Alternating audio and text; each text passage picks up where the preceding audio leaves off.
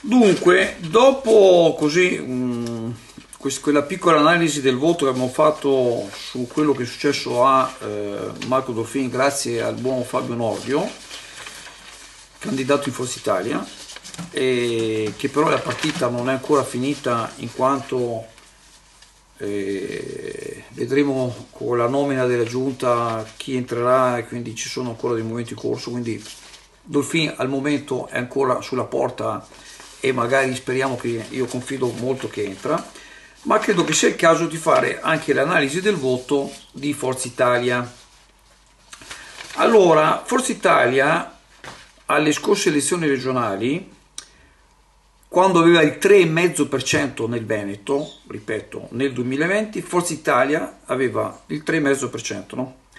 E avevamo come candidato Beniamino, che vorrei precisare che Beniamino, quando si è messo candidato, sapeva benissimo che era estremamente difficile che entrasse, ma per spirito di sacrificio, perché uno va in lista non con la convinzione di vincere, va anche in lista con la convinzione di dare un contributo al partito. E quella volta Forza Italia, andando a prendere i dati da Eligendo, con il partito nel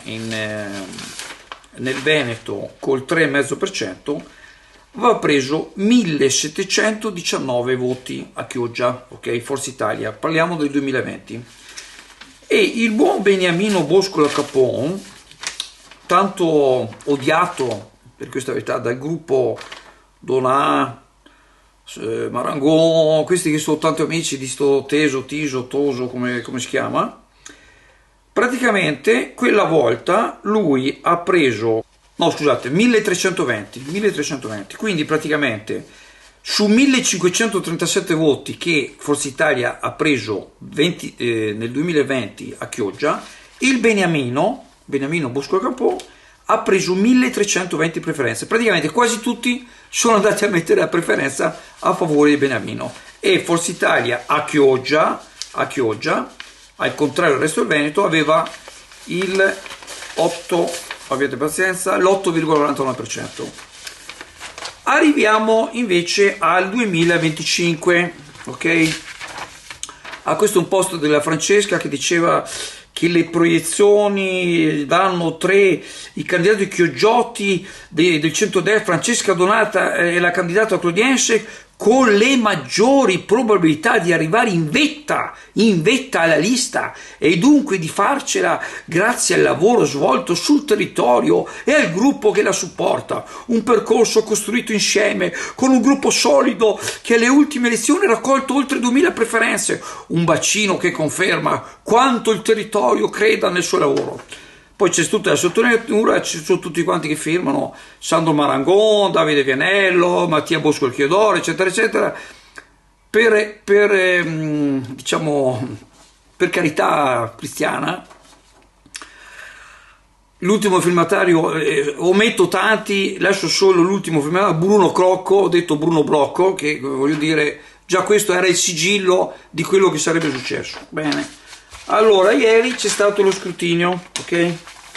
C'è stato lo scrutinio e la Forza Italia a Chioggia ha preso 1537 preferenze, quindi praticamente appena un po' di più rispetto al 2020, quando Forza Italia nel Veneto era il 3,5%.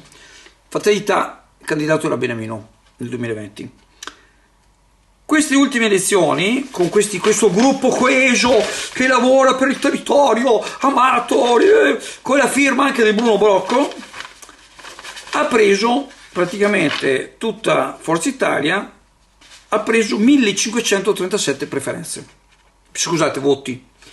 La Donà, questo consigliere comunale, avvocato, donna, giovane, bella, bravissima, intelligentissima, ha preso 959 preferenze. Quindi praticamente rispetto al Beniamino del 2020, che ne prende 1350, questa che ha il gruppo coeso, che è brava, che è intelligente, che questi 4 anni con questa amministrazione ha fatto faville, ha preso praticamente 400-500 preferenze in meno di Beniamino. Bene, Però scusate, no, abbiamo Forcolin, questa macchina da guerra, poverino è andato via dalla Lega perché poverino ingiustamente, dicono che sui giornali c'è che praticamente aveva chiesto il contributo Covid, però lui dice che non l'aveva né chiesto né ottenuto, però intanto dalla Lega è transitato. Ricordo che ha cercato di andare in Fratelli d'Italia non l'ha voluto, è arrivato qui in Forza Italia che così abbiamo questo coordinatore regionale Tosi, come si chiama? Qua, eccolo qua, Tosio Flavio, che ha voluto scimmiottare Zaia mettendosi capolista. Zaia ha fatto 1 miliardo, ha portato la Lega, questo qua, voglio dire, farebbe meglio nascondersi anche questo. Comunque parleremo di Tosi in altre occasioni. Torniamo al Forcolin. Il Forcolin presentato, ha fatto gli ultimi giorni della campagna, la chiusura della campagna, ospite d'onore, mi dispiace che non ho registrato l'altoparlante, ospite d'onore, Forcolin, eccetera, eccetera, eccetera. Forcolin ha nelle sue città, nel suo territorio, no? Prende 3.909 preferenze e la seconda arriva la Chilato Erika, quindi al contrario di quella che diceva che arrivava in vetta, è terza la donna Francesca e ne ha presi 1.157, ma tutto il resto della lista non ha preso quasi niente. C'è sto Scatto Claudio, poveretto, l'abbiamo sentito parlare al coso, faceva pietà, poveretto, 189 preferenze in tutta la provincia di Venezia. Nordio Fabio, scusate, Nordio Fabio, ho già parlato nell'altro intervento, lasciamo perdere Nordio Fabio, per la prossima volta fai qualche migliaio di panettoni, si vede che 100 panettoni non ti sono bastati, vabbè scusami. Poi Zaramella, eccetera, eccetera. Quindi, tornando a questi, praticamente, allora, voglio ripetere quello che ho già detto fin dall'inizio. Allora, a me dispiace ovviamente che non siamo riusciti, quello che speravo in tutti e tre, Montanariello, Dolfin e Penso. Dolfin, però, punto di domanda, staremo a vedere. Montanariello è dentro. La Forza Italia, come avevo detto, Berlusconi, perdonami, non è arrivata, non ha fatto il seggio. Il buon Forcolini ieri gli ho mandato quel messaggino, così ricordando che siccome mi aveva detto che lui un lavoro ce l'ha, confidiamo che torni al suo lavoro, si dimetta dalla carica di coordinatore provinciale della provincia di Venezia, confidando che questo Tosi, eccetera, che aspira all'assessorato regionale alla sanità. Vabbè, aspettiamo, stiamo a vedere, ecco.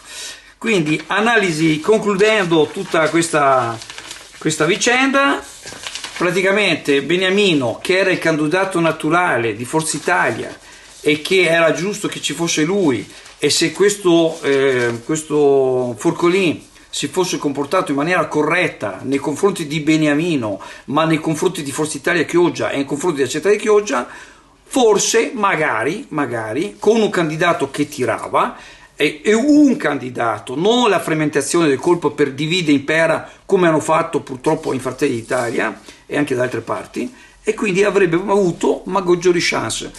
Un coordinatore che ha a cuore il suo partito e che non usa il partito come un taxi, come invece ha fatto Forcolin, avrebbe preso una lista come hanno fatto in Fratelli d'Italia, che hanno fatto la lista corazzata, tutti quanti che correvano, hanno preso migliaia di voti tutti quanti, e non una lista del genere che era fatta perché se Forza Italia fosse scattato un consigliere regionale sarebbe entrato lui. E tutte le belle donne, carine, simpatiche, intelligenti, mamme, eccetera, eccetera, eccetera, con tutto il rispetto delle donne, sono state utilizzate come marionette per portare i voti a questo. Ecco, questo è il quadro completo. Spero che per le prossime elezioni si capirà meglio come si comportano certi individui.